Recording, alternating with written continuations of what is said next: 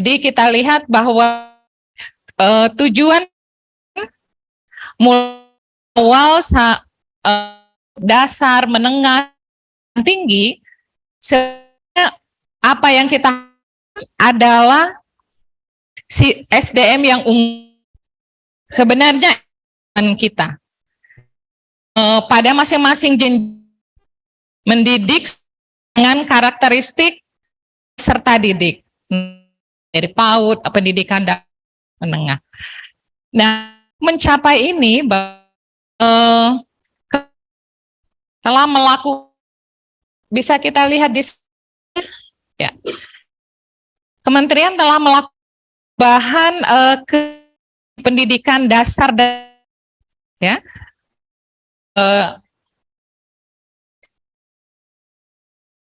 ya jadi terutama Bapak Ibu sekolah sudah sangat mengenalnya UN, kemudian diganti AN, kemudian ada kurikulum ya, kemudian pelaporan AN, rapor pendidikan, kemudian juga ada guru sekolah penggerak.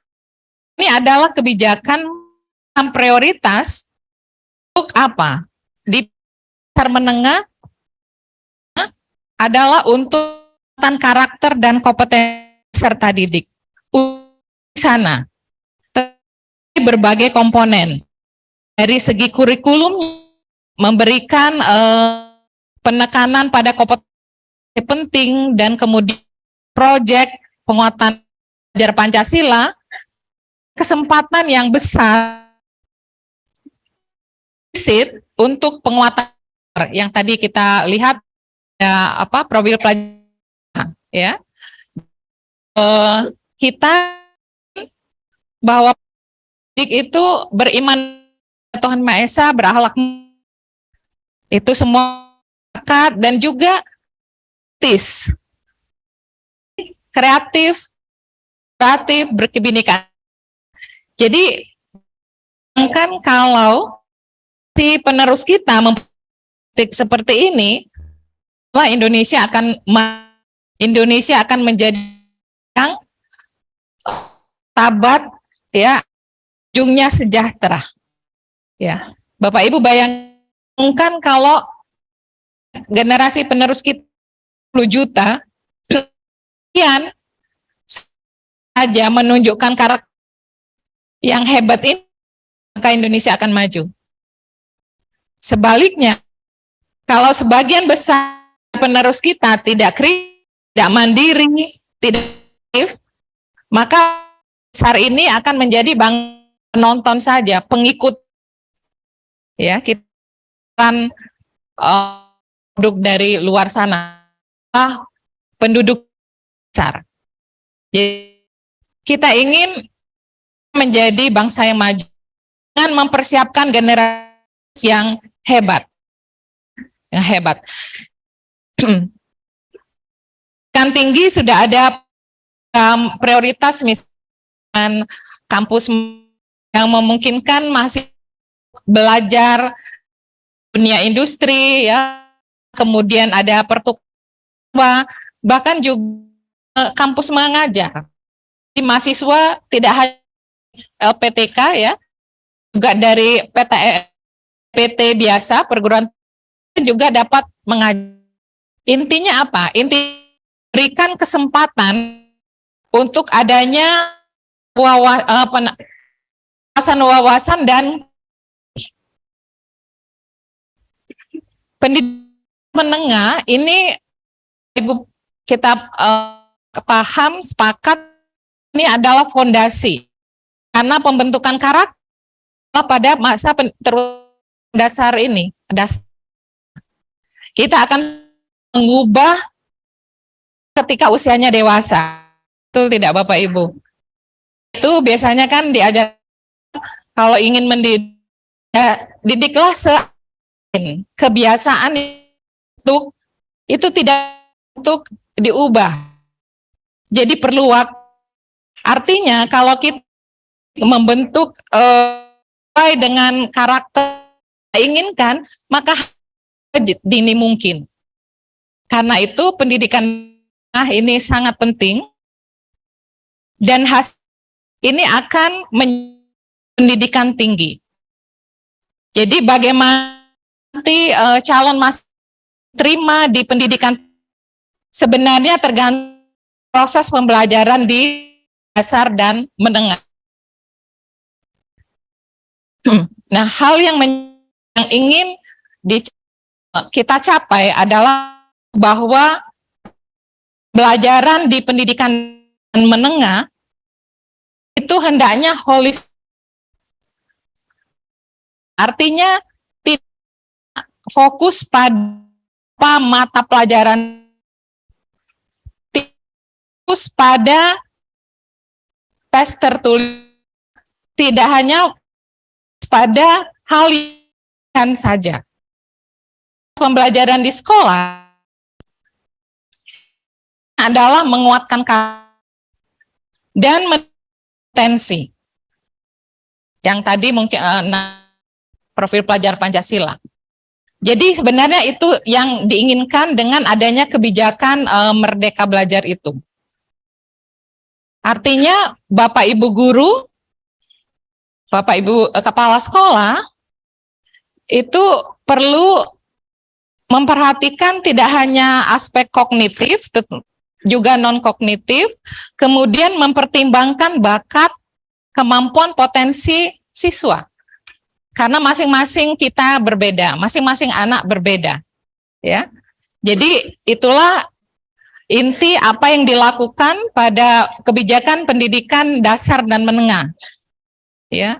Jadi dengan AN, Bapak Ibu guru, kepala sekolah memperoleh informasi yang komprehensif tentang capaian dalam literasi numerasi, kemudian juga karakter, dan juga diberikan informasi tentang faktor-faktor yang mempengaruhi pembelajaran.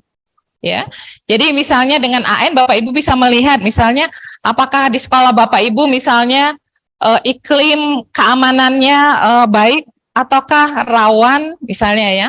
Iklim keamanan ini tidak bersifat fisik gitu ya, bahwa bukan karena banyak penjaga atau satpam kemudian menjadi aman, tidak. Iklim keamanan yang dimaksud adalah memberikan keamanan kepada peserta didik dalam mereka belajar. Karena hampir tidak mungkin peserta didik itu dapat belajar dengan baik kalau merasa tidak aman, kalau dirundung, kalau dibully, kalau diperlakukan tidak adil karena perbedaan, karena latar belakangnya, ya. Jadi ini adalah kenapa AN itu dilakukan. Jadi intinya pendidikan dasar menengah kita ingin memberikan fondasi, memberikan ekosistem yang baik kepada peserta didik agar berkembang potensinya, bakat minatnya secara optimal. Tujuan kita bukan untuk menyeragamkan seseorang. Kita lahir masing-masing dengan bakat minat berbeda dari latar belakang yang berbeda, karena itu perlu berkembang sesuai dengan potensinya. Jadi itu Bapak Ibu ya yang diharapkan. Karena itu kebijakannya adalah misalnya antara lain tidak hanya fokus pada ujian tertulis ketika Bapak Ibu melakukan penilaian di kelas, di sekolah, tetapi menggunakan misalnya portofolio, menggunakan kinerja. Untuk apa? Untuk meningkatkan kompetensi dan membangun karakter, ya. Oke, jadi itu kemudian jadi prinsip perubahan, sejalan dengan itu maka prinsip perubahan dalam rangka seleksi ini adalah tadi untuk mendorong pembelajaran yang holistik, ya, holistik, jadi kognitif, non kognitif, termasuk juga motorik, ya. Oke, kemudian lebih inklusif dan mengakomodasi keragaman peserta didik, ya. Dan lebih fokus pada kemampuan penalaran. Nanti kita lihat ya. Jadi Bapak Ibu yang melihat AKM, asesmen kompetensi minimum, bisa melihat bahwa soalnya instrumennya itu lebih mengukur pada penalaran ya. Tidak cukup hanya dengan menghafal, tapi harus lebih dari itu. Kenapa?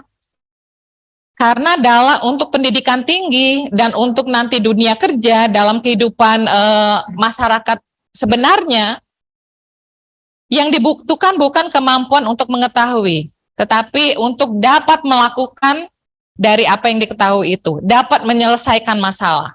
Benarnya itu, ya. Oke, lanjut. Nah, ya lanjut. Lanjut.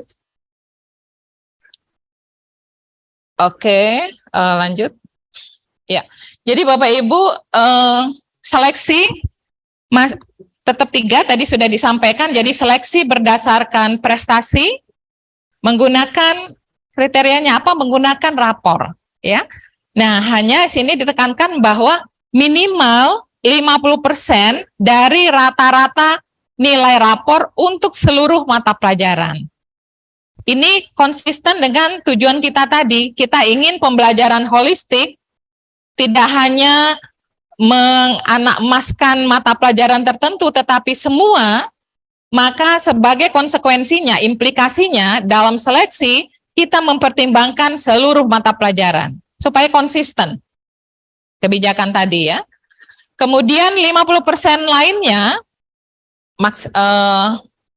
minimal ya, minimal 50% lainnya itu dari bakat dan minat.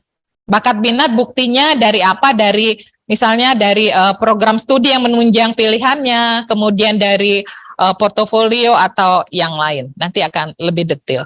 Jadi Bapak Ibu lihat bahwa ini konsisten dengan yang tadi ingin kita bangun, bahwa holistik. Jadi seluruh mata pelajaran itu penting, dan karena itu seleksi juga berdasarkan seluruh mata pelajaran. Lanjut.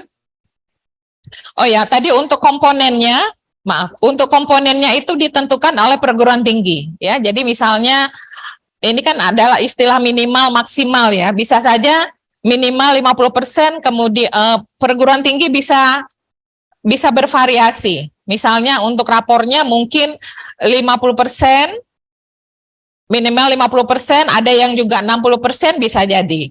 Ya, jadi dan komponen misalnya untuk mata pelajaran pendukung juga dengan komponen lainnya itu ditentukan oleh masing-masing perguruan tinggi, ya. Lanjut. Oke, lanjut. Kemudian yang kedua, lanjut. Seleksi berdasarkan tes. Bisa, ya. Lanjut. Oke, lanjut. Terus, ya. Jadi Bapak Ibu yang kedua adalah seleksi berdasarkan tes. Mungkin Bapak Ibu juga mengetahui bahwa yang diteskan ini sama untuk seluruh peserta. Ya, jadi untuk seluruh program studi dengan berbagai jurusan itu tesnya sama. Potensi skolastik, penalaran matematika, literasi dalam bahasa Indonesia dan bahasa Inggris. Itu sama. Jadi ini memang berbeda dengan yang sebelumnya, ya. Jadi kalau Bapak Ibu perhatikan kenapa ini yang diukur, karena ini adalah kompetensi penting yang untuk seseorang itu belajar. Ya, jadi kalau seseorang potensi skolastiknya tinggi, penalarannya baik, literasinya baik, itu akan mudah untuk belajar ilmu apapun. Ya, jadi kita mengukur keempat ini. Jadi ini juga kemudian Kementerian berharap bahwa Bapak Ibu ketika di sekolah melakukan pembelajaran juga melihat bahwa pentingnya penalaran ini. Jadi dalam penyampaian materi betul konten penting, tetapi tidak cukup hanya itu dengan penalaran, ya. Dengan penalaran, karena ini adalah bekal yang dibawa mereka. Ketika seseorang mempunyai penalaran yang baik, itu nanti bisa belajar sendiri, ya, bisa tidak perlu harus didampingi oleh guru. Kita ingin, karena kita ingin menciptakan SDM yang unggul, yang kreatif, kritis, mandiri, ya, dan sebagainya. Ini adalah bekalnya, ya. Jadi ini mudah-mudahan memberikan penguatan kepada Bapak Ibu guru, kepala sekolah untuk fokus pada pengembangan, sekali lagi pengembangan potensi peserta didik dan kemudian penalarannya. Jadi kalau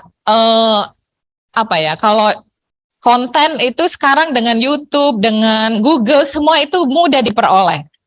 Tapi mengembangkan kemampuan berpikir, mengembangkan karakter, penguatan karakter itu tidak akan dapat terbentuk dengan hanya nonton YouTube atau Google.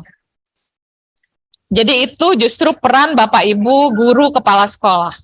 Ya. Nah, mudah-mudahan dengan adanya sinkronisasi antara kebijakan di pendidikan dasar menengah dengan kebijakan seleksi, ini menguatkan Bapak Ibu, memudahkan Bapak Ibu guru kepala sekolah dalam membimbing mendidik anak-anaknya. Dan satu hal bahwa satu tes untuk semua, kemudian anak-anak dapat memilih program studi, ya, tidak dibatasi oleh jurusan, tetapi tidak berarti kemudian memilih tanpa memikirkan konsekuensi. Jadi Bapak Ibu guru, Bapak Ibu BK perlu mendampingi anak-anak untuk mengenali bakat dan minatnya. Jadi jangan memilih program studi yang kelihatannya prestisius, yang kelihatannya keren, tetapi sebenarnya tidak sesuai dengan kemampuan dan minatnya. Jangan. Jadi ini yang perlu kita tekankan. Diberikan peluang, tetapi tidak selalu harus diambil. Selalu introspeksi diri, apakah saya mampu, apakah memang saya berminat, apakah anak-anak mampu, apakah anak-anak berminat. Jangan sampai kelihatan, oh itu mudah. Tadi disampaikan Bu Nani, jangan sampai masuk bisa, tapi keluarnya nanti susah, atau drop di tengah jalan. Ya, jadi memang kuota untuk masuk perguruan tinggi negeri ini terbatas. Jadi memang idealnya semua bisa masuk perguruan tinggi negeri, tetapi kita tidak mungkin karena itu perlu ada seleksi. Nah, tetapi kita tidak ingin mengorbankan proses pembelajaran di sekolah dasar menengah hanya untuk supaya mereka mudah untuk mendapatkan skor. Ya, saya rasa itu Bapak Ibu. Untuk kebijakan yang ketiga adalah seleksi secara mandiri, tetapi mungkin kita lihat langsung hilang. Bisa lanjut lagi? Dikit lagi? Ya. Lanjut dikit lagi. Jadi yang terakhir seleksi mandiri masih sama seperti tahun lalu. Hanya saja perguruan tinggi diminta untuk mengumumkan sebelum seleksi tentang misalnya jumlah calon mahasiswa yang kuota, kemudian metode penilaian, kemudian besaran biaya dan lain-lain.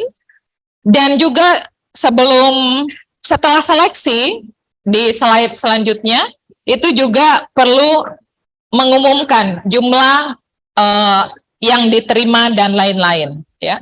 Dan juga dianjurkan masyarakat untuk berpartisipasi. Jadi bila ada ditemukan bukti permulaan adanya hal-hal yang tidak sesuai, masyarakat dapat melaporkan pada sesuai dengan website Kemdikbud, ya. Jadi intinya ini adalah transparansi agar masyarakat mendapatkan informasi yang lebih baik. Intinya itu Bapak Ibu. Saya rasa demikian. Terima kasih atas perhatian Bapak Ibu. Semoga usaha kita dengan perubahan kebijakan yang tentu saja semua perubahan itu ada tantangannya. Mudah-mudahan ini sesuai dengan niat kita. Jadi mudah-mudahan dimudahkan dan semuanya diberi kelancaran, dan ujungnya semoga ini dapat mendukung untuk pembentukan SDM yang unggul. Terima kasih sekali lagi, mohon maaf. Selamat pagi, Assalamualaikum warahmatullahi wabarakatuh.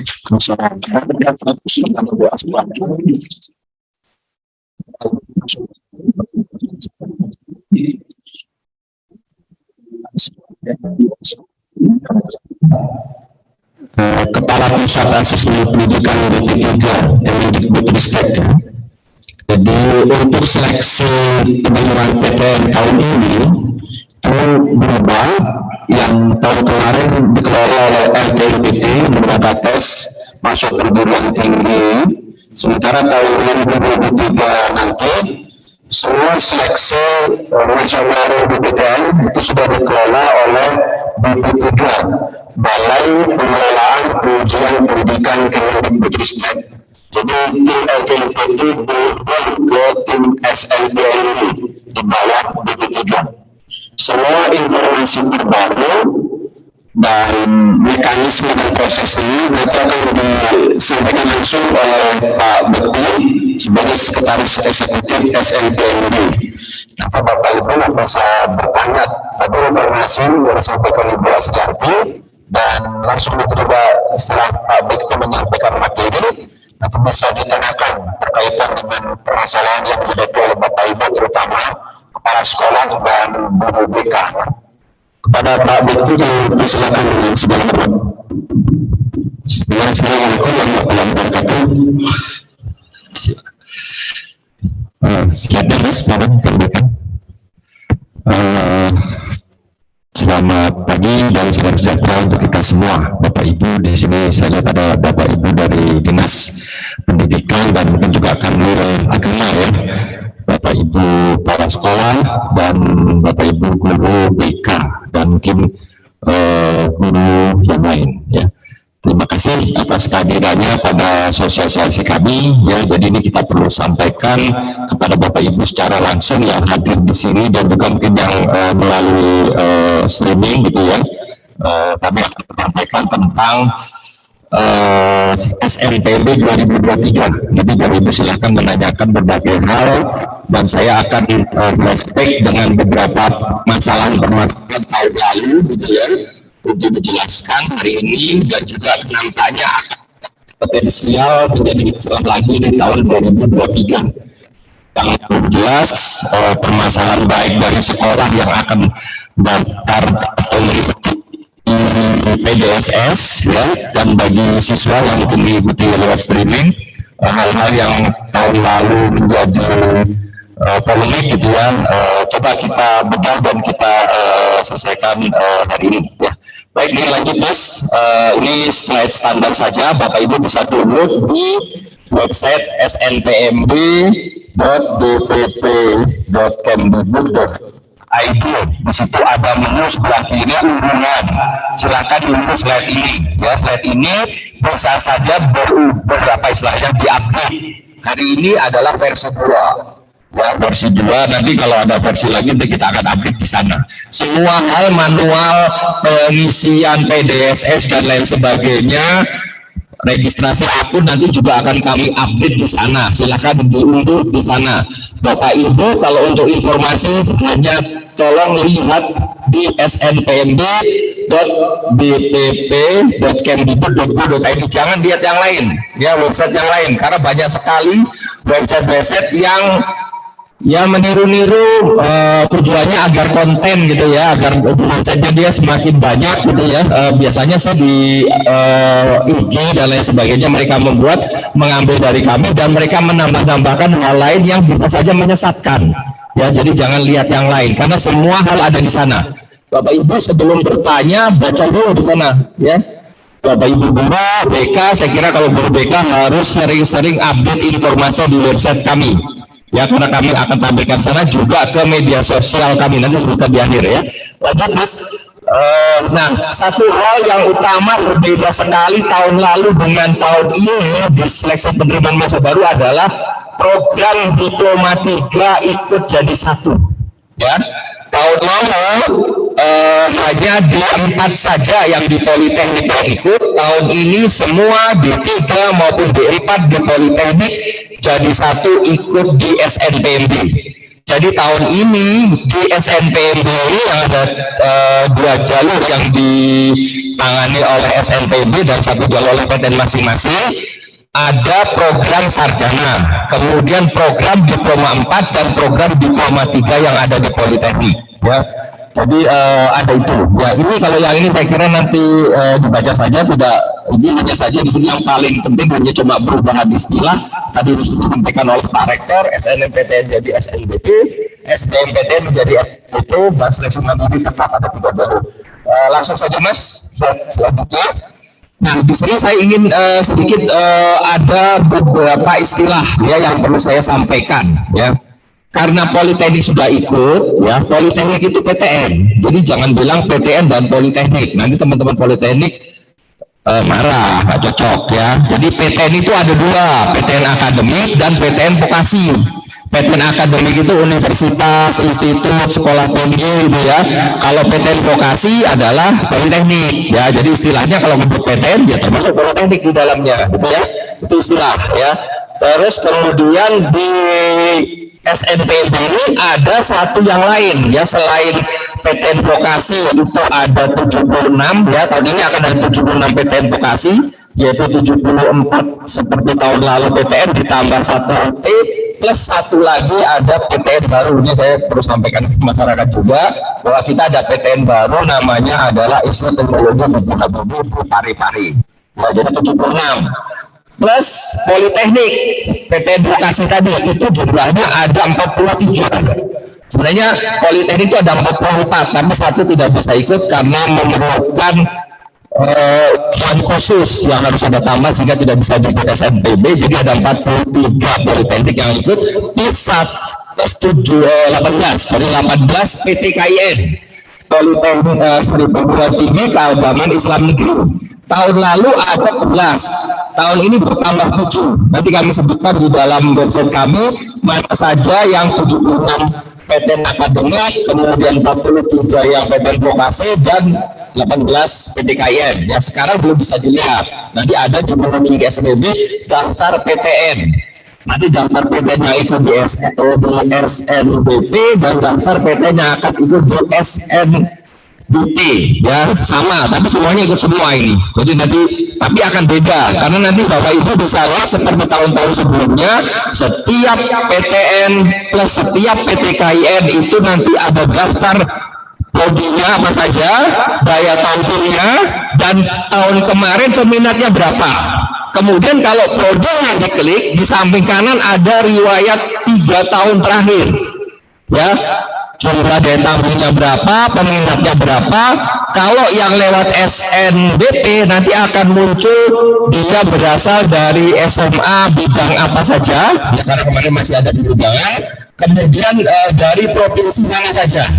Di SNBP tadi juga akan ngambil 3 riwayat tentang kemarin. Jadi Bapak Ibu bisa menyampaikan kepada peserta didiknya untuk melihat data itu sebagai acuan, gitu ya. Itu sedikit gambaran. Ini selanjutnya di sini saya kira kita lewat saja, jadi hanya biasa gitu ya, bisa dibaca. Nah ini yang penting kan sudah disampaikan oleh Pak Rektor, kuota tetap sama. Ya, bahwa SNBP itu minimum 20%, sama seperti tahun lalu, itu sama dengan SNMPTN, SNBP sama dengan SBMPTN minimum 40%, dan mandiri yang dikelola oleh masing-masing PTN itu maksimum 30%, ya, mestinya PTN dan PTKIN, karena PTKIN tidak ikut. Nah, terkait kemudian untuk yang PTN 2 itu bagian-bagian hukum sekarang mungkin ada 27, itu SNBP-nya minimum 30%, kemudian seleksi mandirinya bisa sampai maksimum 50%. Nah, di sini yang penting adalah karena Politeknik D3 dan 4 sudah ikut di SNBP, maka tidak ada lagi jalur yang seperti prestasi dan tes tulis yang sebelumnya dilaksanakan sendiri oleh Politeknik, nggak ada. Ya, SNPN itu sudah nggak ada, ya. Ini harus ikut dan dia akan mengikuti kuota begitu juga. Hanya saja yang Politeknik masih bisa menyelenggarakan mandiri, tapi kuotanya yang ikuti. Itu belum selesai. Jadi bagi teman-teman itu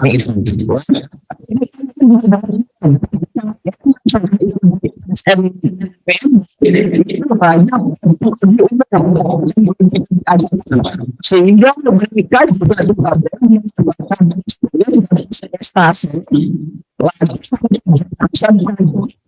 agamanya di tempatnya, tapi itu sudah dilakukan oleh teman-teman yang 11 kemarin yang ikut. Ya itu sudah dilakukan. Jadi nggak usah cari-cari masyarakat prodi akuntansi atau prodi kedokteran di UI Jakarta untuk yang jalur prestasi dan tesnya yang di sana di SEPAD itu nggak akan ada, nggak boleh ada. Tapi kalau ada lapor ke kita semprit nanti itu kan, karena ini nggak fair namanya. Kalau dia punya bisa sana bisa sini gitu ya, jadi kita supaya sama gitu ya. Nah, nanti kalau program yang prodi keagamaan ya silahkan, dia punya SEPAD dan macam-macam itu silahkan. Dia lagi yang prodi umum saja. Nah ini juga tetap mereka bisa melakukan, tapi ikut kuota betul juga yang PTKIM ya. Kemudian ini nanti ya memang kalau yang SNBT satu akan ada biaya, yang SNBT ada biaya, ya sama seperti lalu. Kemudian yang mandiri itu dapat menggunakan nilai UTBK, jadi PTN boleh menggunakan macam-macam ya. Oke, tes lagi sebelum itu silakan. Kamu bisa saja mereka menggunakan matematika. Dan apa itu silakan. Kemudian yang di SNBT ini ada klausul begini ya, berdasarkan hasil ujian saja atau hasil UTBK dan kriteria lain.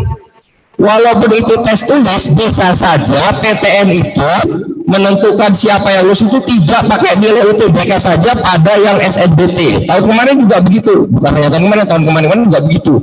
Ada di daerah-daerah itu yang perlu faktor kriteria lain, tentang faktor kedaerahan, tentang macam-macam, termasuk tentang mereka yang tidak mampu atau dari daerah 3T, ya.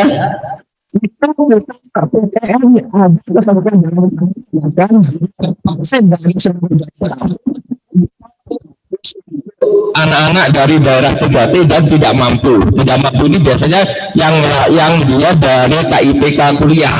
Nanti kalau saya bahas lagi di slide selanjutnya ya. Nah ini dilewatkan di sana, biasanya akan mengambil dimasukkan lewat SNBT.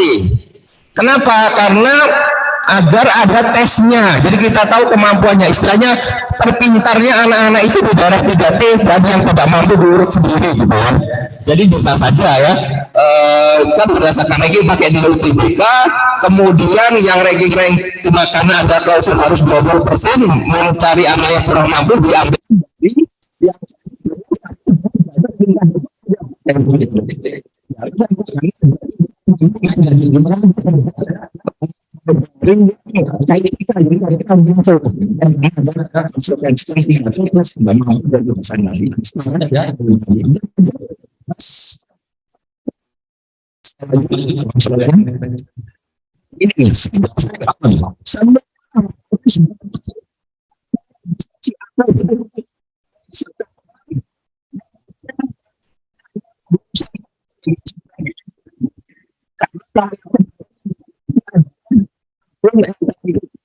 ini sekarang namanya akun SNT itu semua yang sekolah yang anak-anak itu sudah tahun berapa itu semua itu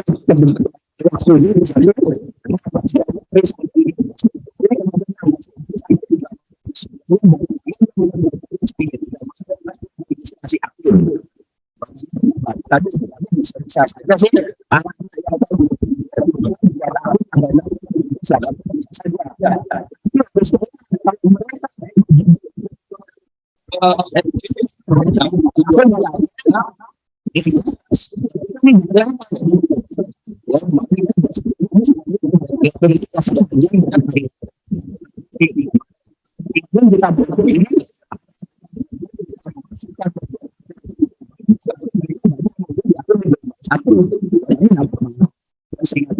semakin baik kita membagi saja.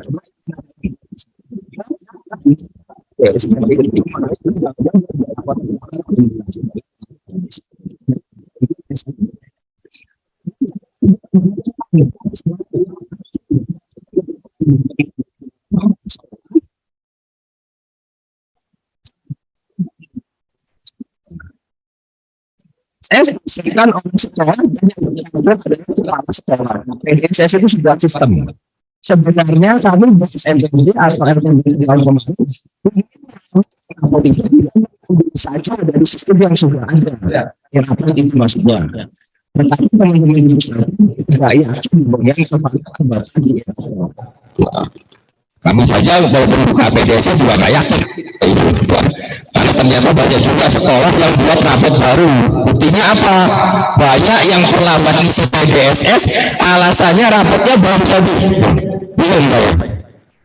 Isi PDS itu baru Januari, Desember itu adalah semester 5. Berarti kan anak sudah terima rapot pada Desember. Kok bilang rapotnya belum jadi? Yang belum jadi mulai semester 1. Nah, belum setiap semester yang dikasihkan itu rapot apa gitu kan?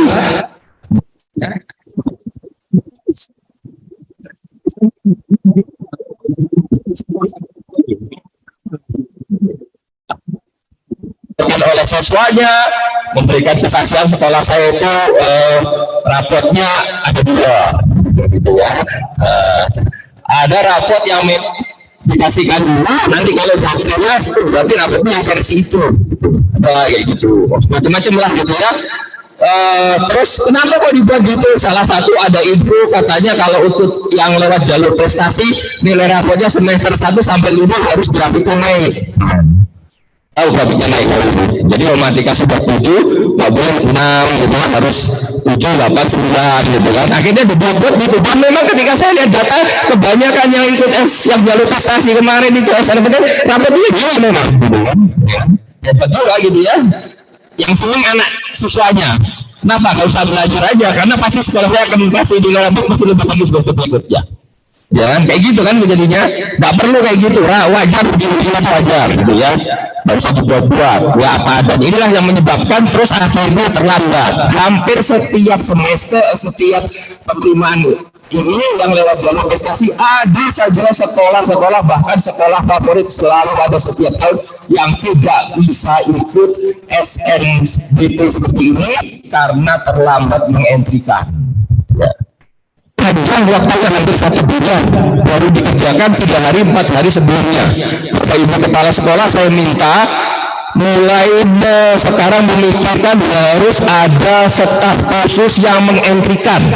Jangan dientrikan oleh teman-teman Bapak Ibu guru BK. Mohon maaf nih, guru BK itu kan senior suruh memandangi layar laptop dengan sistem seperti itu kan agak-agak salah persepsi. Ya, carilah orang yang memang tahu betul tentang TIK.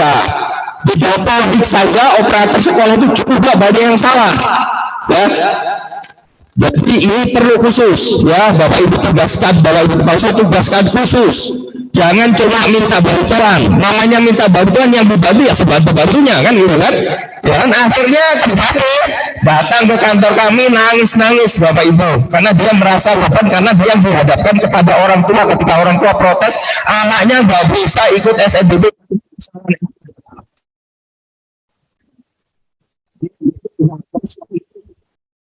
Nggak bisa dimundur-mundurkan, nggak bisa diatur-atur, nggak bisa, karena itu berimplikasi panjang ke belakangnya. Kita ngitung waktu itu mulai tanggal 31 Juli itu semua harus sudah selesai di PTN seleksi bahkan mandiri. Itu ada di Kemen, sudah tahun kemarin ada. Kenapa? Karena setelah 31 Juli itu wilayah teman-teman swasta. Wah, protes dari teman swasta kementerian. Kita terus kita urut gitu kan dengan proses dari kami mulai itu selalu 6 bulan misalnya dari 2023 kami sudah mulai persiapan 2023 itu 6 bulan sebelum Desember sebelum Januari 2023. Juli itu selesai pengumuman kami sudah mulai persiapkan yang untuk tahun 2023. Ya panjang, dan itu sepanjang itu selalu terus begitu sehingga tidak ada misalnya minta mundur waktu lah minggu ini nggak bisa. Ya, sudah enggak. Tahun kemarin salah satu SMA terkenal di Pontianak satu sekolah tidak yang bisa daftar SNMPTN ya, karena terlambat. Ya, sudah lewat ya. Jadi tolong Bapak Kasmar tugaskan khusus ya karena ini penting. Nah di saat ini saya mohon Mas tampilkan yang surat Mas operator. Mas, yang surat tadi tahu tampilkan kebetulan ada Bapak Dinas dan Kepala Sekolah juga. Surat tadi yang dari Pusdatin baru tampilkan, kita baca bersama. Apakah Bapak Ibu Kepala Dinas Provinsi, Kabupaten, Kota sudah menerima surat ini? Dan Bapak Ibu Kepala Sekolah sudah melaksanakan perbaruan data. penting ya, karena data ini salah bisa menyebab siswanya tidak bisa ikut SNBT maupun SNBT, bahkan mungkin mandiri karena di beberapa tempat mandiri menggunakan SNBT. Kamu coba ya. Surat itu dikirimkan di awal November ternyata ya. Isinya dari Kepala Pusdatin, isinya adalah verifikasi data khusus untuk SNMPTN, termasuk di situ adalah data untuk Ban SM. Nah ini berdasarkan Mas, kita lihat bersama, berdasarkan tulisannya kelihatan ya, supaya bisa kita baca sama teman-teman dari dinas ada, saya harap sudah terima dan sudah disosialisasikan.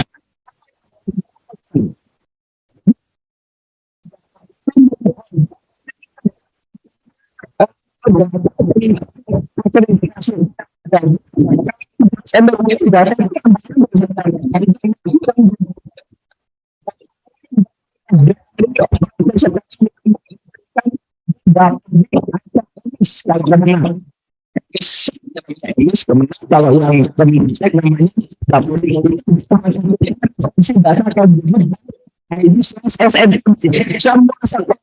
cek bisa dulu apa ya sudah kemarin-kemarin baru cek. Yang pertama cek XM ataupun sekolah yang akan dicek. Dan apa misalnya Ban SM pada perjalanan sesuai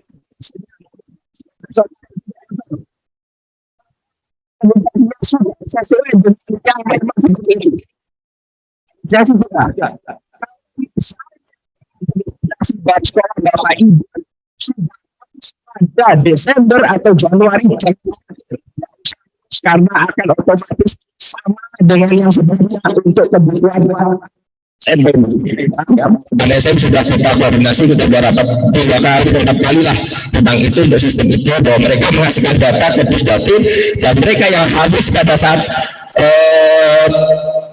kayak gitu Desember Januari itu akan diperpanjang ya, otomatis. Cukup ngecek saja apakah data akreditasinya itu turun, sebelumnya A kok tiba-tiba data itu B, nah itu baru lurusnya dan lampunya tidak ke SNMP, langsung ke Ban SM. So, kalau Bapak Ibu ke kami akan ngomong Pusdatin, nanti sama Pusdatin ke Ban SM, salah kan panjang, ke Ban SM, Ban SM sudah kami akan tahu juga, tapi tidak ini pasti dengan ini pertama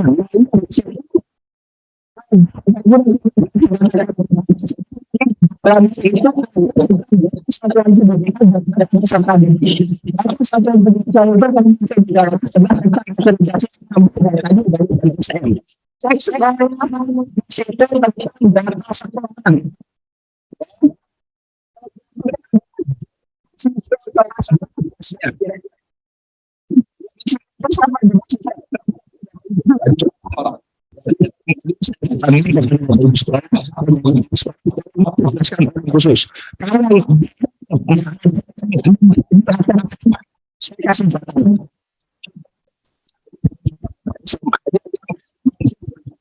Sekolah labu di bidang IT gitu. Sekarang ini biasanya sampai Januari mereka ribut kalau keluar. Nah, kan bisa kan masih pulang kan, jadi ke sekolah-sekolah kan. Mereka lakukan itu, pasti mereka akan senang membantu sekolah ya, karena memang bagaimanapun sistem di PDSS, sistem di dapur dan sebagainya memang harus apa ya, harus paham lah gitu ya, kalau enggak bisa salah pemahaman ya. Contoh, kapan tahun siswa ini masuk di SMA atau di madrasah, itu penting Bapak Ibu, jangan sampai salah. Tahu data itu untuk apa? Data itu untuk mengetahui anak ini sebenarnya nanti lulusan tahun berapa. Kalau dia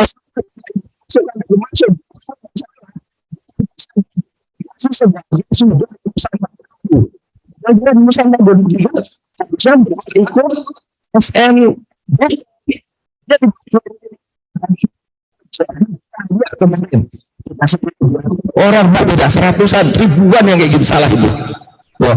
Kemudian yang kalau tahun kemarin ada masalah masukkan jurusan, ya mungkin ya karena mungkin petugasnya cuma dimintai bantuan ya sebantu-bantunya kan, ya capek juga kan ngisi data semester 1 sampai 5 semua mata pelajaran data siswa satu-satu, ya gua pasti nggak teliti itu belum terjadi, menyebabkan dia yang kemarin itu ada jurusannya salah. Ketika jurusannya salah tahun kemarin, dia tidak akan bisa memilih produk tertentu. Kenapa? Karena ketika dia daftar di logonya dia jurusan-jurusan itu nggak muncul, nggak bisa dipilih, nggak bisa dipilih. Situ.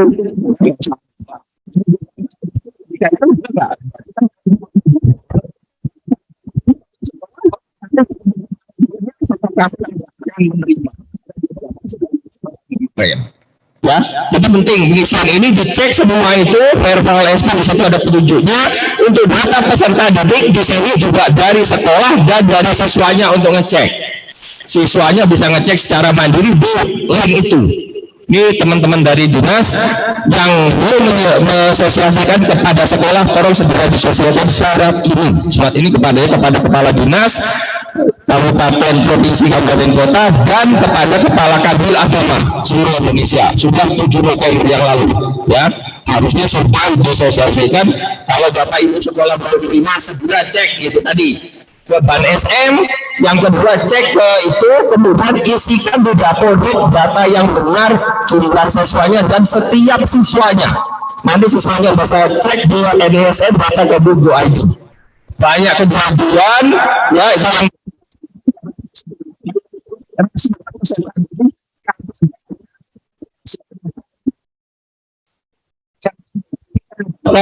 sampai 5. Jadi ada satu NSN dimiliki oleh 5 siswa yang berbeda, itu ada.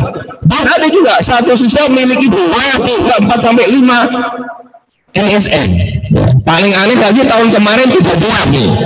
Bahwa NIK kan ada ngisi NIK nih. Sebenarnya kita mau ngambil data siswa itu adalah bagian itu berdasarkan dari data Kemdagri, tapi Kemdagri juga ada confident dengan data yang dia kumpulkan itu tentang di data siswa, nama orang tua, tanggal lahir segala macam. Kita mau ambil dari situ, mereka nggak confident, kita akhirnya juga menarik data-data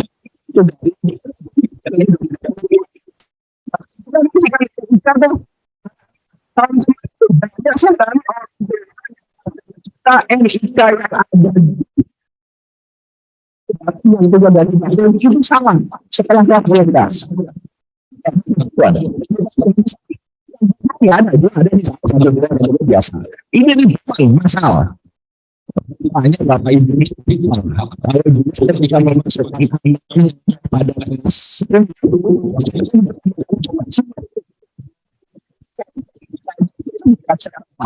ceritanya.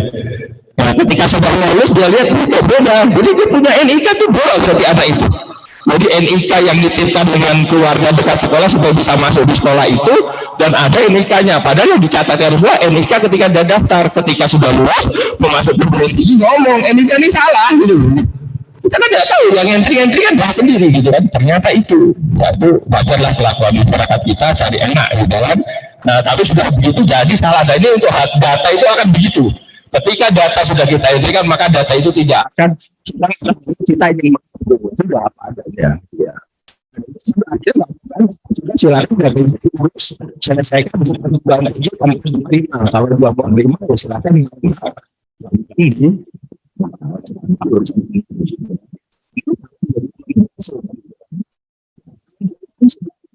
cek lagi ya. Karena kemungkinan kita akan cek jika data apakah bisa benar Bapak Ibu asi. Kenapa? Ini bagi mereka yang akan mengambil beasiswa di seterusnya atau ikut KIPK. Kan bisa sekarang itu begitu ya, karena ada KIPK waktu anak tidak mampu ikut, katanya orang yang tidak mampu kasihkan rumahnya untuk berjalan sebangunnya kan. Kami visitasi ketahuan masyarakatnya tetangganya ya, jadi sekarang ini sebenarnya bersama itu tugas dari ibu sekolah salah biasanya sehingga sama ini sudah masuk kembali ke tadi ya tadi yang kedua tentang siswanya. Ya, tapi SN akan mengumumkan sekolah ini katanya berapa, akreditasinya berapa, terus dia akan mendapatkan hitungan siswa yang eligible mendapatkan di SN. Kan mengalihkan saja kalau akreditasi A 50% dari total siswanya, kalau akreditasi B 25%, kalau yang selain itu 5% dari total siswanya. Total siswanya juga sudah ditentukan, ini seringkali salah, ya. Jangan juga siswanya sebenarnya sedikit, ditulis banyak, atau banyak ternyata ditulis sedikit.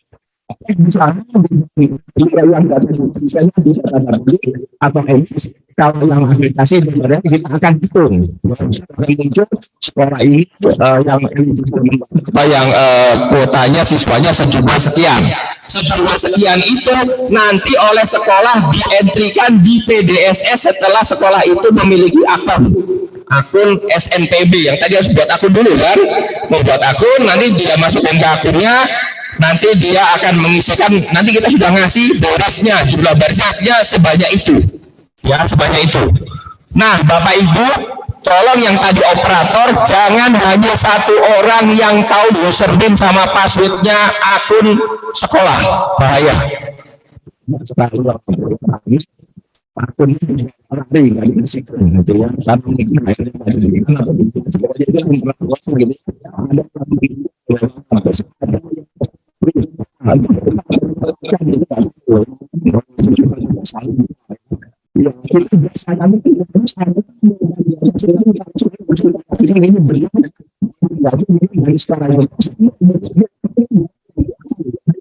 Apapun ini jangan sampai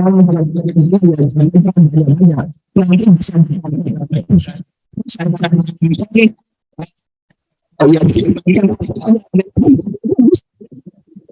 karena ingin meloloskan siapa gitu kan.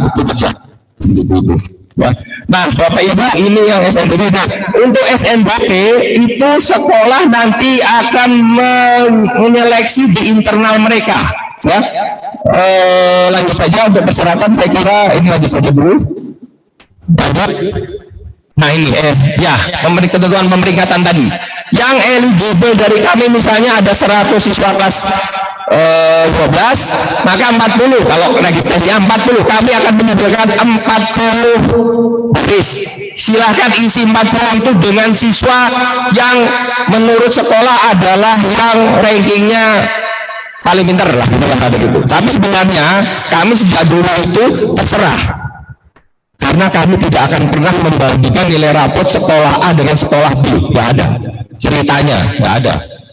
Bapak Ibu Direktur tidak akan membandingkan nilai rapot si A dengan si B, nggak ada, apalagi beda sekolah. Kita satu sekolah saja, kelas A, kelas B beda, nilai rapotnya kan nggak bisa dibandingkan, kan beda, standarnya kan beda, gitu kan? Sehingga kami punya cara untuk itu, ya, untuk ranking. Tapi bagi panduan Bapak Ibu, silahkan berkoordinasi, undang rapat semua orang tua. Kami terpaksa memberikan panduan seperti ini. Tahun lalu kita panduan 6 mata pelajaran, itu panduan saja karena membandingkan orang tua. Sekolah sana kalau dulu, sekolah sini seperti itu, di sana gini, membuat ini ya sudah kita kasih panduan. Nah, yang ini untuk SNBP ranking sajalah dengan semester 1 sampai semester 5 di rata-rata nilai semua mata pelajaran. Ya karena dianggap penting semua, sama semua, sudah ranking saja seperti itu. Kalau ada yang sama, saya kira pasti akan sama, karena kan model sekolah itu kan ya seperti itu, pasti akan banyak yang sama persis, sehingga bisa tambahkan yang nomor 2, ya pakai prestasi yang dia punya, ya. Tapi Bapak Ibu, di kami di SNBP walaupun pakai prestasi lomba-lomba dan macam-macam, Bapak Ibu harus ketahui bahwa kami di PTN sudah punya daftar lembaga-lembaga di luar negeri yang katanya juara ini itu di luar negeri, tapi itu sebenarnya abal-abal, ya tahu lah kita, ya UGM itu saya dilihat daftar banyak sekali, ya karena banyak kecenderungan sekolah-sekolah itu dengan alasan studi banding, sister city, macam-macam ke luar negeri, ikut lomba ini menang gitu ya, gitu, terus dipakai jadi sertifikat. Padahal di sana mereka membuat kegiatan itu karena tahu memang ada kebutuhan itu di Indonesia, gitu ya, ya buat orang-orang sana gitu kan, senang-senang aja gitu kan. Nah, tapi kita sudah punya, sebaiknya prestasi-prestasi itu dari lembaga yang sudah kredibel, misalnya lomba-lomba di bawah Kementerian Ristek, kementerian mana, lembaga mana, negara, itu lebih kita percayai, atau dari lomba-lomba yang diadakan oleh PTN-PTN atau politeknik, kan suka ada lomba-lomba tuh, bahkan malah yang juaranya malah free pass, ya itu lebih dihargai, lebih, bahkan itu misalnya gini, ada anak ranking 5, dia mau daftar kedokteran misalnya di USU ya, atau kemudian ada lagi di satu lagi di sekolah itu ada yang ranking 1 mau daftar USU juga dari sekolah yang ya kurang begitu terkenal, itu hampir dipastikan yang ranking 5 itu tidak diterima. Tapi yang ranking 5 juara lomba olimpiade kedokteran di USU juara 1, yang nomor 1 pasti gak diterima, yang terima nomor 5 sudah, saya jamin dah. Kenapa? Karena USU yang menyeleksi dia sendiri, dari yakin dia kan gitu kan. Ya itu kayak gitu. Jadi tidak mesti yang ranking 1. Ya lihat ya, memang pada beberapa sekolah untuk SNBP itu seolah-olah setiap sekolah itu ada kuota gitu ya. Jadi nggak ada ceritanya SMA di sini SMA mana yang paling terkenal, SMA misalnya Sutomo gitu.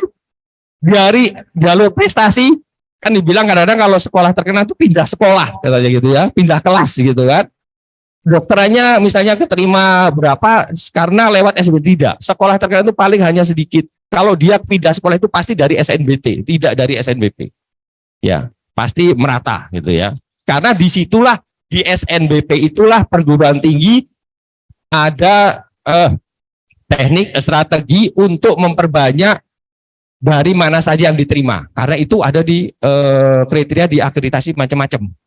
Kalau siswanya dari Medan semua gitu, dinilai akreditasi itu jelek gitu kan, harus menyebar kemana, dicari dari situ. Kalau tes UTBK enggak, kan tes tulis ya berdasarkan tulis itu saja, kecuali ada kriteria khusus ke daerah dan lain sebagainya.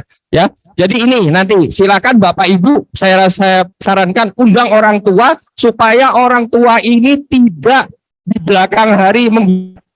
Ini kejadian Pak, gugat menggugat, ya. Kenapa? Karena ternyata ini ada juga kasusnya gini kejadiannya. Si anak di sekolah sudah ngomong sama orang tuanya bahwa anaknya walaupun masuk dalam ranking eligible itu tetap dia mengatakan saya tidak akan daftar. Berarti kan yang bawahnya naik gitu kan. Kenapa nggak daftar? Karena dia ingin sekolah di luar negeri saja gitu kan. Ya karena dia pinter gitu kan, luar negeri. Ternyata daftar sana sih luar negeri nggak ada yang keterima, balik lagi. Dia protes, loh kok saya kalau nggak masuk kan saya eligible. Loh dulu katanya enggak, tapi tidak ada hitam di atas putih. Jadi ini saya sarankan untuk mengamankan sekolah daripada dituntut belakang hari. Jadi makanya diundang, sebelum diundang sudah di ranking dulu ini berdasarkan ini. Orang tua gimana sepakat dengan ini? Apakah ada di antara yang ini yang memang tidak mau ikut SNBP? Kalau nggak ada ya sudah, nggak usah supaya ada lagi yang lain, ya kan gitu kan? Nggak usah dimasukkan, dikeluarkan, tapi dikeluarkan tanda tangan semua. Bahwa tidak akan menuntut dan lain sebagainya. Dan satu lagi saya sarankan bahwa kalau memang nanti diterima dari SNBP harus daftar ulang dan dimasuk.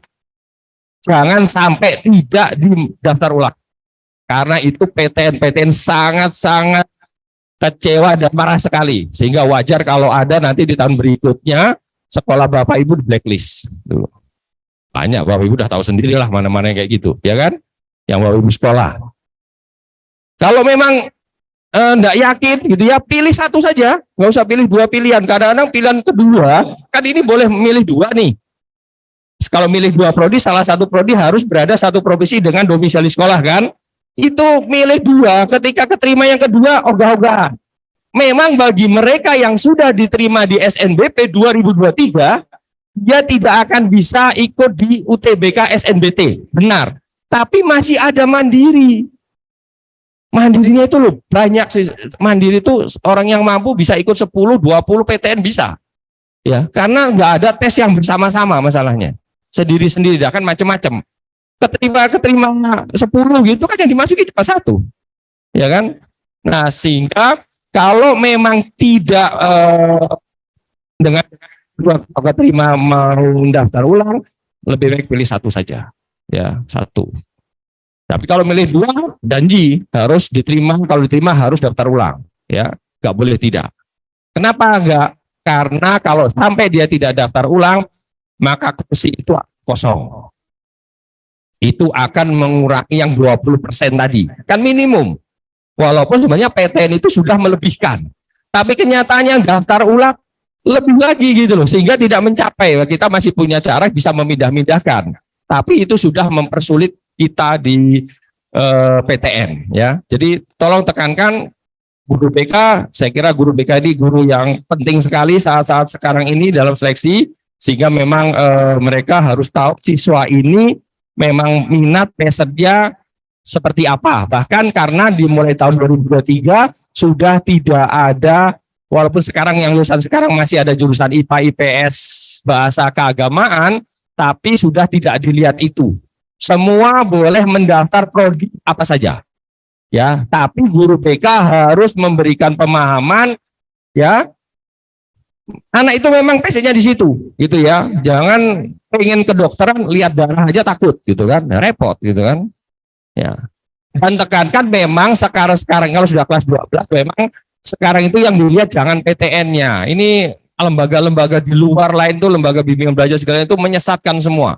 Dia pokoknya anak ini harus keterima. Kamu tuh kalau kepala potensi keterima ini dipilihkan itu, anaknya lo nggak suka, gitu kan? Nanti ya di DO juga kan, gitu kan? Iya kan? Ya, kasihan juga ini. Negara itu akan rugi kalau sampai anak itu di DO. Kenapa? Karena setiap mahasiswa yang sudah menjadi mahasiswa, uang kuliah yang dia bayarkan ke PTN itu masih jauh dari kebutuhan dia kuliah di situ. Subsidi negaranya besar, ya. Uang UKT berapa sih di sini? Mungkin 7 juta, 8 juta, 10 juta paling tinggi, ya kan? Ada yang 500 gitu kan. Padahal untuk satu siswa di prodi-prodi tertentu, satu semester itu sampai puluhan juta biayanya dia harusnya. Berarti kan disubsidi negara besar. Subsidi negara itu artinya dibiayai oleh uang kita bersama, dipajak gitu kan. Dia setahun kuliah terancam DO. Di tahun kedua pasti di DO, gitu kan. 2 tahun keluar, 2 tahun dia menikmati uang rakyat, gitu kan. Terus nggak jadi apa-apa, nggak selesai. Ya, yang rugi kita semua. Ya, bayangkan kalau misalnya katakanlah dia subsidi negara 10 kali 4, 40 juta. Itu kan dipakai oleh siswa yang lain sebenarnya. Nah, sehingga bahwa guru BK yakinkan ke siswa memang passionnya sehingga dia bisa selesai sampai akhir. Ya, itu baru satu siswa 4 juta. Kalau sekian banyak siswa kayak gitu, di tes itu setiap tahun itu yang di DO banyak gitu, di kampus itu satu kampus sekian kampus. Kan banyak kan jadinya kan uang negara sia-sia saja gitu kan. Nah, jadi ini tolong ditekankan kepada siswa ya. Lanjut sebelumnya saja sebentar. Ini sebelumnya Mas, back dulu. Ya kurang pas. Ya, ini sebelumnya saja apa ya tadi ya? Sebelumnya ini yang nah ini syarat. Syarat ini yang terpenting adalah untuk SNBP adalah setiap siswa itu yang kanan pilihan program siswa dari jurusan IPA, IPS atau bahasa diizinkan memilih prodi apapun, tapi dengan seperti yang saya sampaikan tadi. Kemudian yang kalau 2 prodi, nah 2 prodi ini boleh dari 1 PTN atau 2 PTN, ya boleh. Tidak harus kalau 2 prodi harus 2 PTN, enggak, 1 PTN boleh, ya. Kalau milih 1 ya pasti 1 PTN. Kalau milih 1 PTN 1 prodi berarti boleh dimilih di mana saja. Tapi kalau 2 prodi, maka entah itu dia dari 1 PTN atau 2 PTN, maka salah satu PTN-nya harus berada di 1 provinsi. Untuk mengetahui dia 1 provinsi atau tidak, nggak usah bingung nyari-nyari informasi. Anaknya saja ketika daftar masuk ke sistem, kalau dia misalnya akan milih prodi tertentu, dia akan misalnya sudah milih prodi A di PTN A, kemudian dia akan milih prodi B di PTN B. Ya kan, berarti kan harus ada 1. Yang A-nya tadi nggak 1 sekolah. Maka yang kedua pasti akan muncul hanya PTN-PTN yang 1 provinsi dengan sekolahnya. Ya otomatis ya. Bapak Ibu nanti bingung. Tanya-tanya, Pak UI itu di Ciko Jawa Barat atau Jakarta? Ayo, itu mana? Itu kan ruwet kan. Sebagian memang ikut Jakarta, sebagian ikut Jawa Barat memang UI itu. UI kan ada yang di Salemba ikut Jakarta gitu kan. Yang di Depok ikut Jawa Barat. Nah nggak usah bingung, nggak usah dipikirkan. Nanti si siswanya saja suruh daftar saja masuk ke sistem. Nanti akan muncul kok. Kita di sistem kami akan memfilter sendiri. Ya. Tapi itu ditekankan jangan nanti protes, ini saya kok nggak bisa mau milih prodi ini, nggak bisa. Oh ternyata dia karena pilihan yang lain tidak satu provinsi, maka itu harus satu provinsi. Padahal dia mau pengen lain, kok nggak muncul? Ya iya karena dia belum ada salah satu ininya itu tadi klausul. Kenapa kok kita harus ada satu provinsi? Karena kalau di SNBP lah yang bisa siswa-siswa pintar itu memilih di PTN-nya yang ada di daerahnya, terutama yang di luar Jawa. Maksud saya Indonesia bagian timur. Ya. Coba kalau dibebaskan nggak satu provinsi, semua anak pintar-pintar itu ke Jawa semua, pilihan satu duanya, ya kan? Nah itu salah satunya untuk menjaga itu, ya. Jadi kita harus mempertimbangkan PTN dari Sabang sampai Merauke ke kekhususan mereka dan masalah-masalah yang terjadi di mereka, kekurangan siswa dan lain sebagainya, ya itu. Lanjut saja, yang tadi lanjut Mas. Ini urutan saja, nanti dibaca saja ya, urutannya tadi saya sudah katakan, nanti 28 lihat kuota sampai nanti ke daftar ulang ya, yang siswa yang sudah diterima tadi sudah saya jelaskan. Lanjut saja, saya ingin ini. Nah kemudian ini ada dua ya, yang di bawah ini ada SNPMB, BPKM. Ini adalah situs resmi informasi, semua lihat di sana. Terus ada satu lagi yaitu portal min SNPMB. Tadi di slide sebelumnya ada ketika untuk daftar akun itu di portal min SNPMB, belakangnya sama semua. Itu dua website. Terus ada satu website ketiga, halo min SNPMB, dan belakangnya sama semua. Itu tiga website yang harus sering-sering dilihat. Halo itu kalau ada masalah, kalau nggak ada masalah ya dua itu saja. Terus nanti plus media sosial, itu terakhir ya. Lanjut aja Mas. Ini ada yang portofolio tetap 10, walaupun ada D3 dari Politeknik yang memiliki keterampilan khusus, untuk tahun ini tidak ada portofolionya dulu. Tetap portofolionya hanya ini, karena sudah tidak sempat, waktunya hanya waktu 3 bulan, Agustus, September, Oktober, November, kita baru tahu D3 ikut, ya sudah nggak bisa karena persiapannya harus 6 bulan untuk menyiapkan dokumen, rubrik dan lain sebagainya, itu rapatnya panjang ya. Jadi tetap seperti ini, mungkin nanti yang D3 yang memang kekhususan ya tidak ada portofolionya kalau tidak ada yang cocok seperti ini ya. Agak diuntungkan tahun ini kalau ngambil D3 ya. Lanjut. Oh ya, tadi tentang pilihan karena ada D3, S1 dan D4 itu semua sama di blend ya. Jadi pilihan 1 bisa saja dari sarjana, pilihan 2 D4 atau pilihan 1 D3, pilihan 2 D4 bisa gitu ya, atau D3 semua.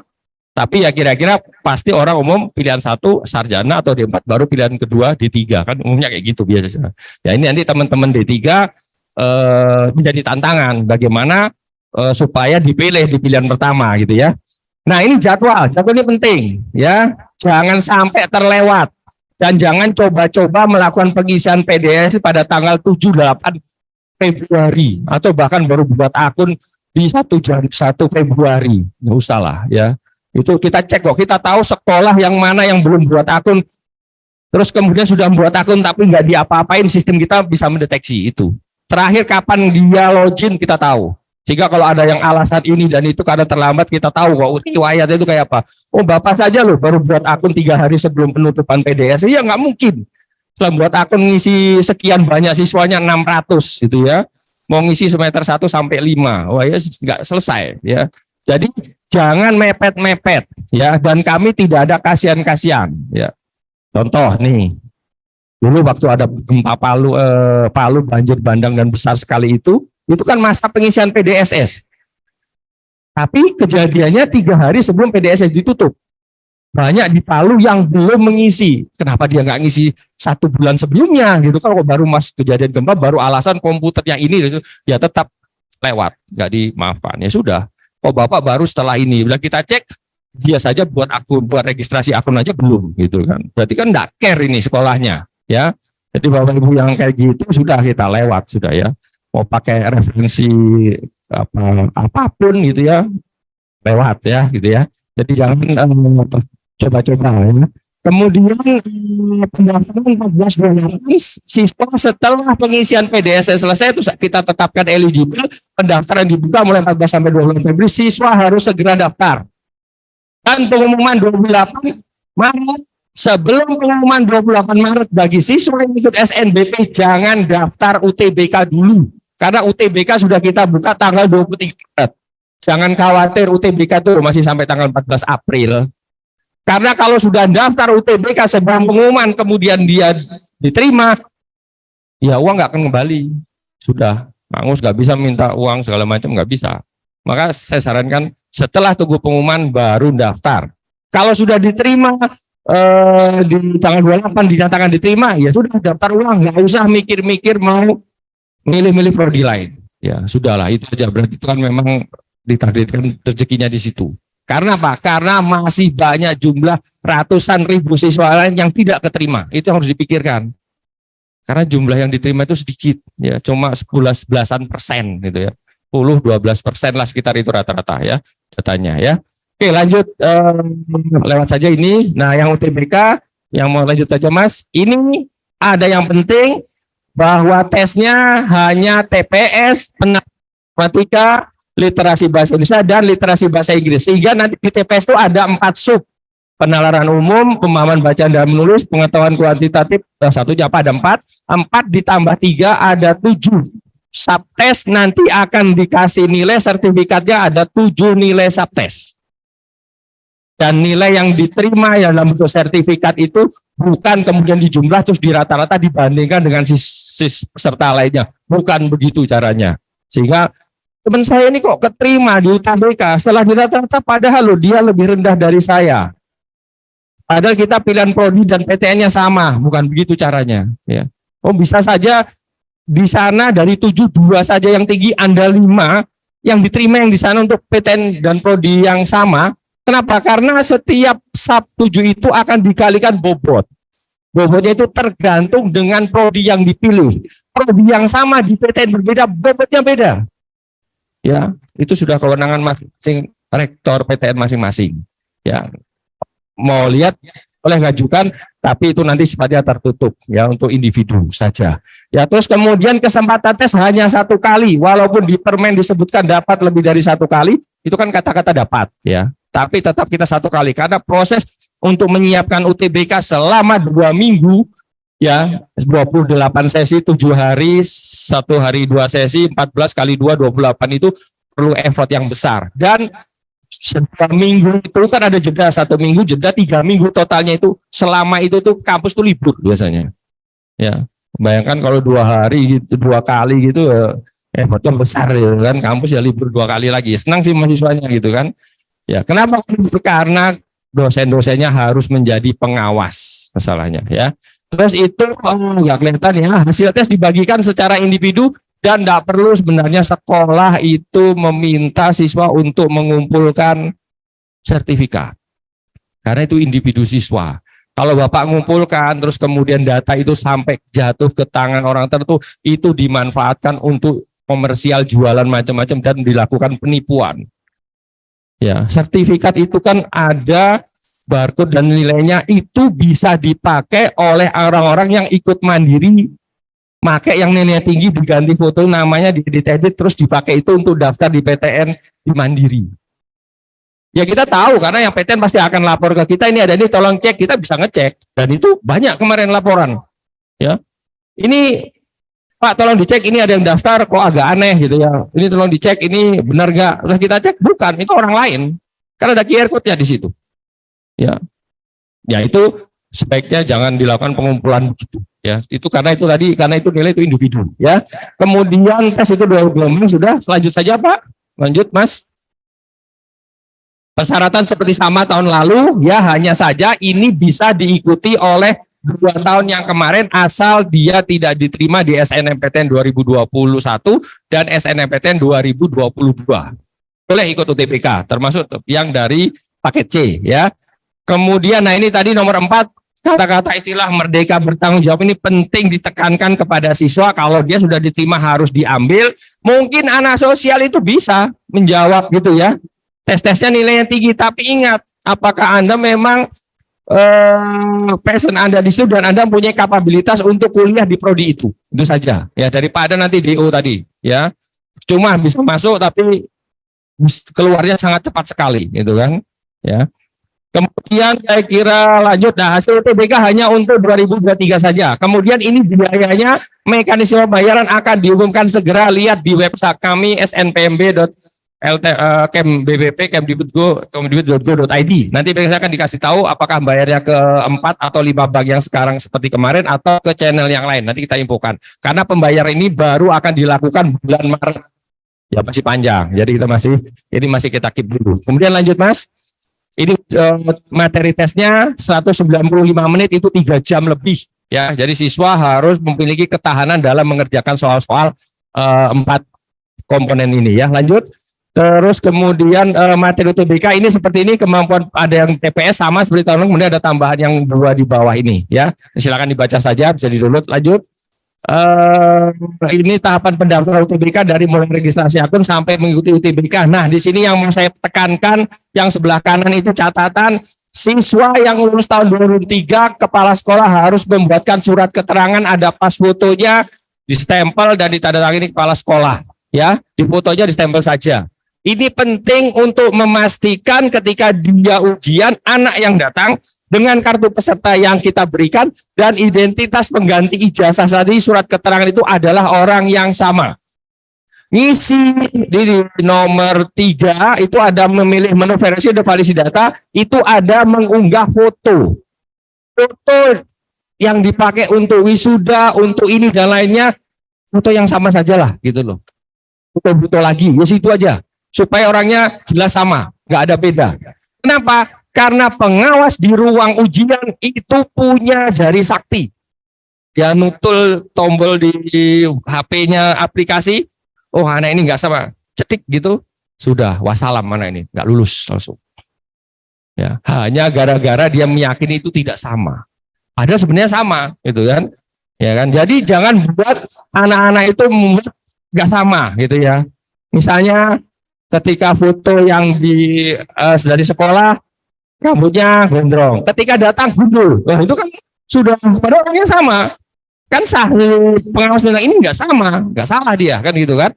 Ya jadi kondisi kan sama, ya termasuk yang putri kalau memang pakai jilbab, dia pakai jilbab ketika ujian, gitu ya, jangan beda. Itu sudah menjadi keraguan-keraguan pengawas apakah orang ini sama atau tidak. Kemudian ini juga ini penting nih saya kasih tahu, yang diunggah oleh siswa di sistem di kami ketika dia registrasi akun itu tahun kemarin itu masih banyak, masih ada ribuan yang ngawur ya.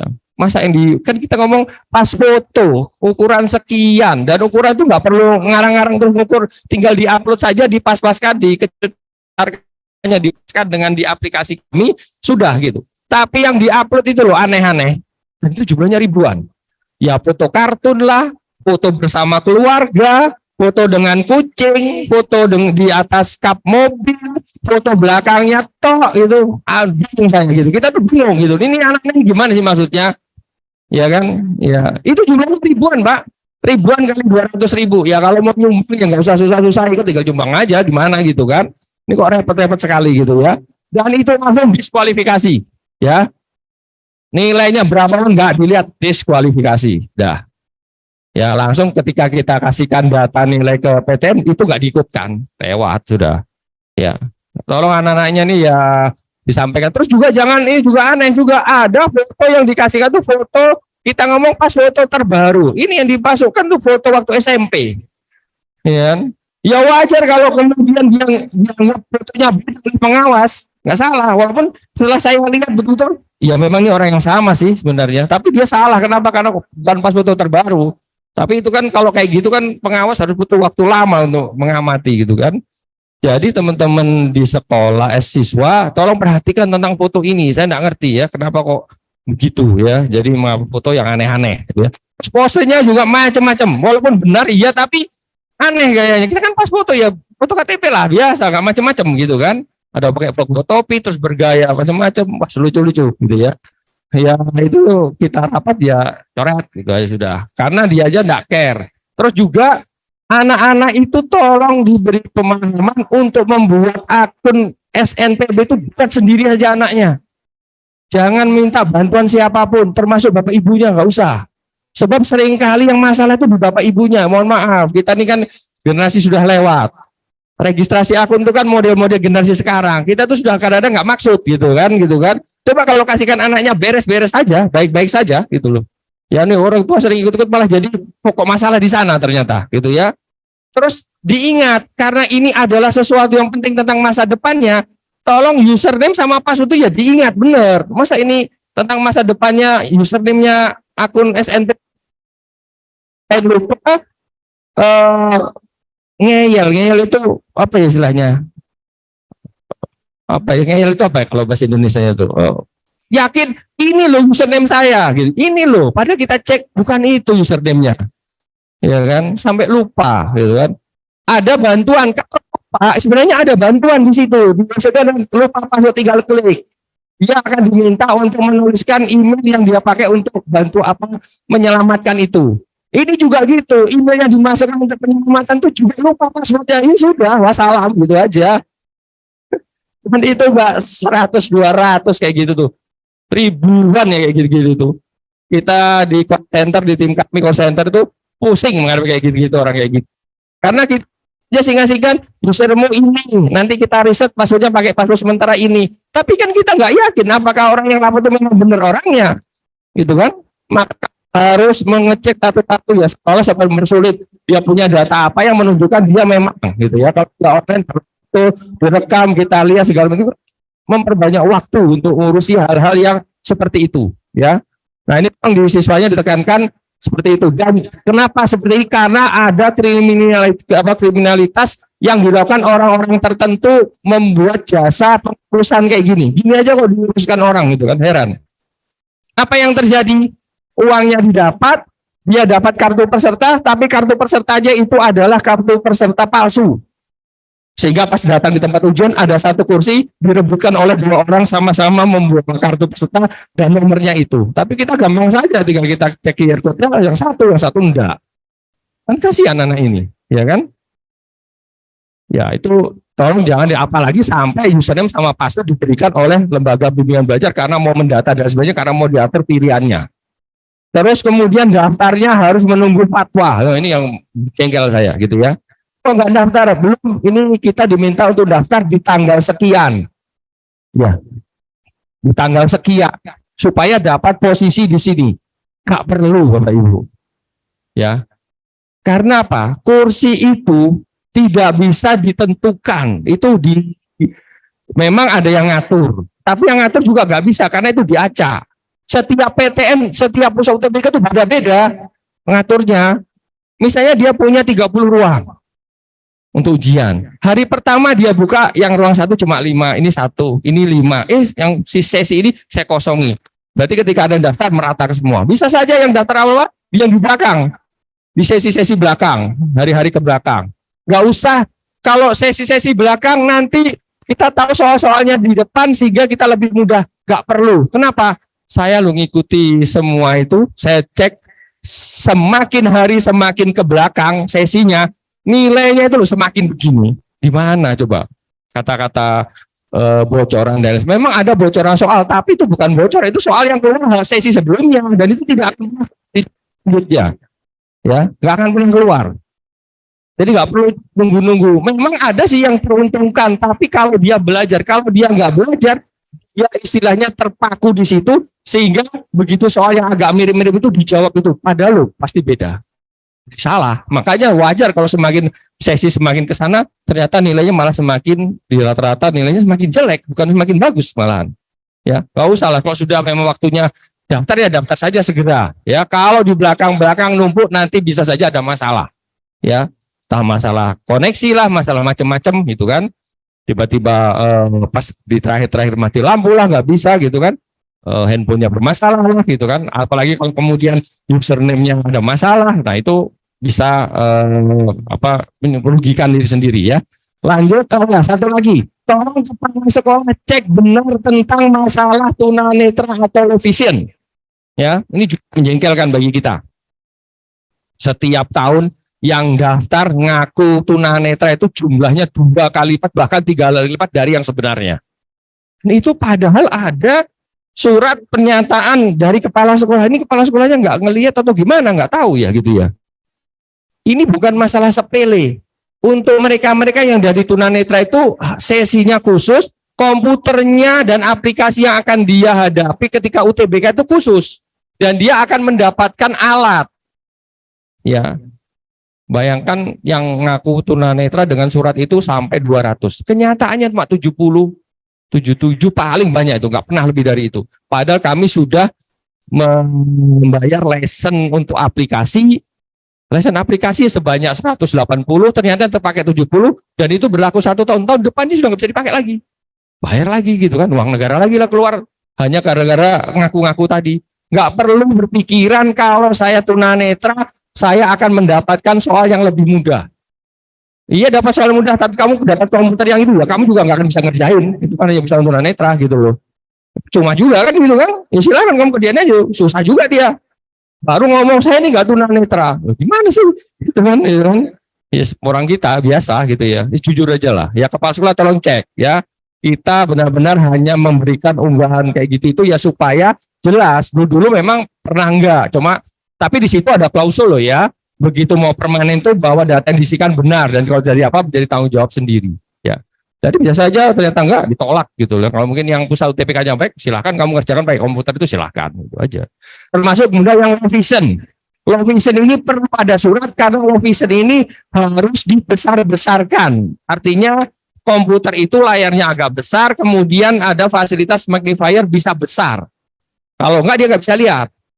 Tapi dia bukan tunanetra. Kalau dikasih tunanetra ya dia malah nggak bisa juga ngelihat, nggak bisa juga ngerjain dengan aplikasi itu. Karena aplikasi yang komputer itu kan pakai suara gitu kan.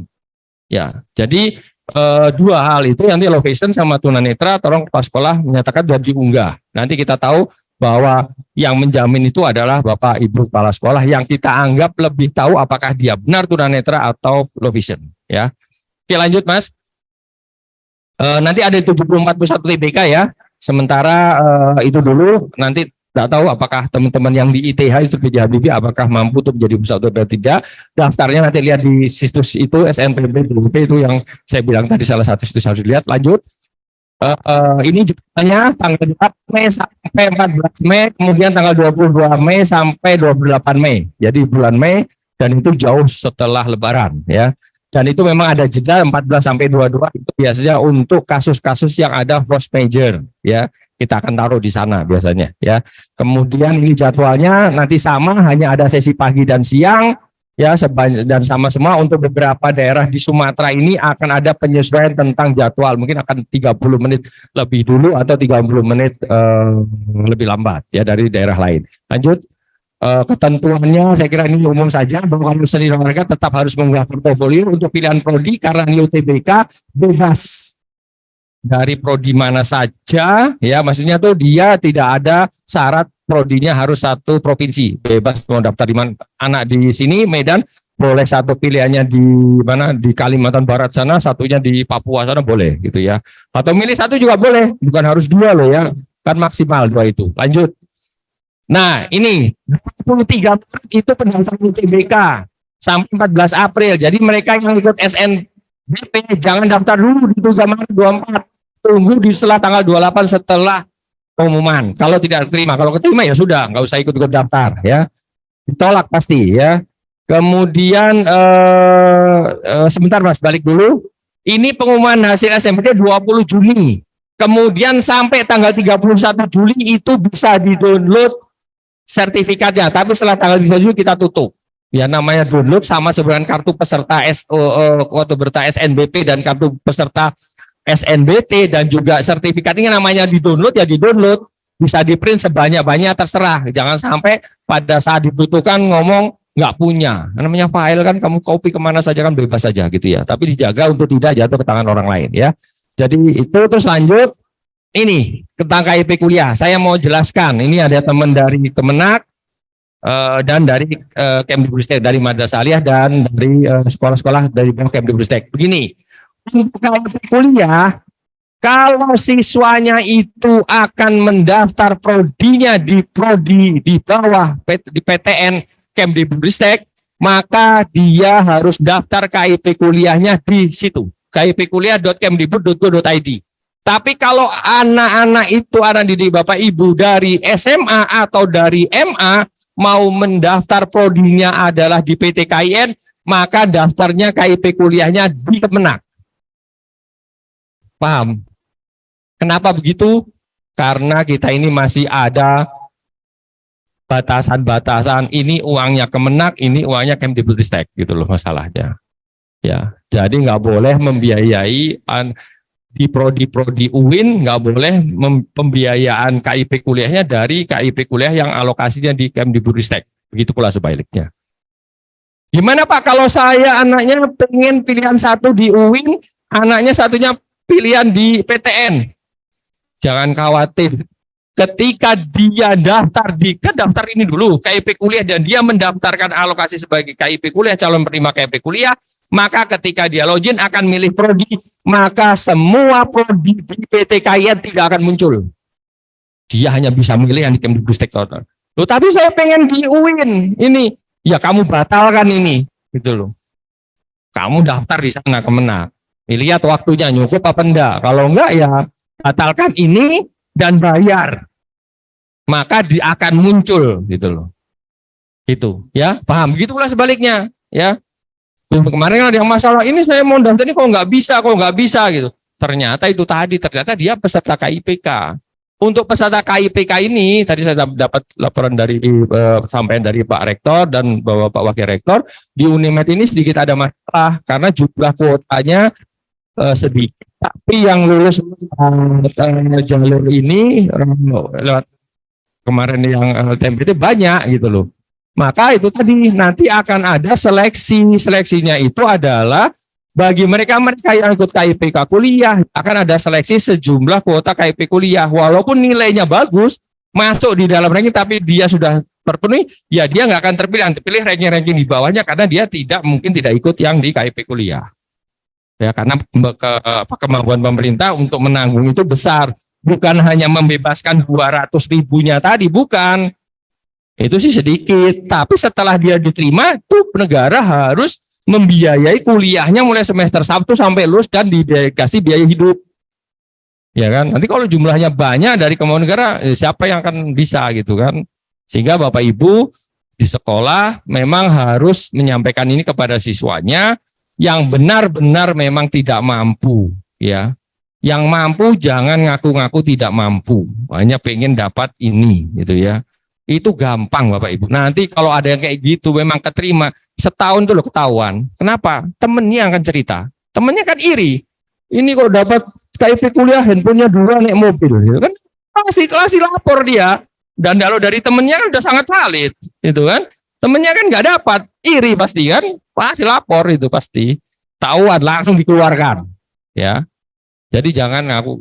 Dan bagi di KIP kuliah itu bisa ongoing kok sebenarnya. Jadi ketika masuk memang mampu, ketika sudah masuk di dalam tidak mampu dia bisa mengajukan KIP. Begitu pula anak-anak yang ketika masuk memang nggak mampu, kemudian setelah masuk ekonomi keluarga yang baik, harusnya dia berhenti supaya bisa dialihkan ke yang lain. Itu bisa kayak gitu itu. Kita nggak sudah dapat jadi diem aja, kita mampu diem aja sampai selesai kan gitu kan. Umumnya orang kita gitu kan, harusnya enggak, kasihkan kesempatan pada orang lain gitu loh. Ya, oke, tentang KIP kuliah jelas, tentang itu yang tadi agak berbeda. Kemudian lanjut Pak. Ini sekretariat kita, ya kalau bisa nggak usah ke sana, ke Jakarta. Ini senang sekali sekolah itu datang ke kantor ini, ya mungkin ya wisata mungkin gitu ya, ke Jawa gitu, terus minta SPPD, tanda tangan gitu ya. Tapi nggak usah begitulah, kalau ada masalah tinggal ke itu call center 080414504550 telepon saja.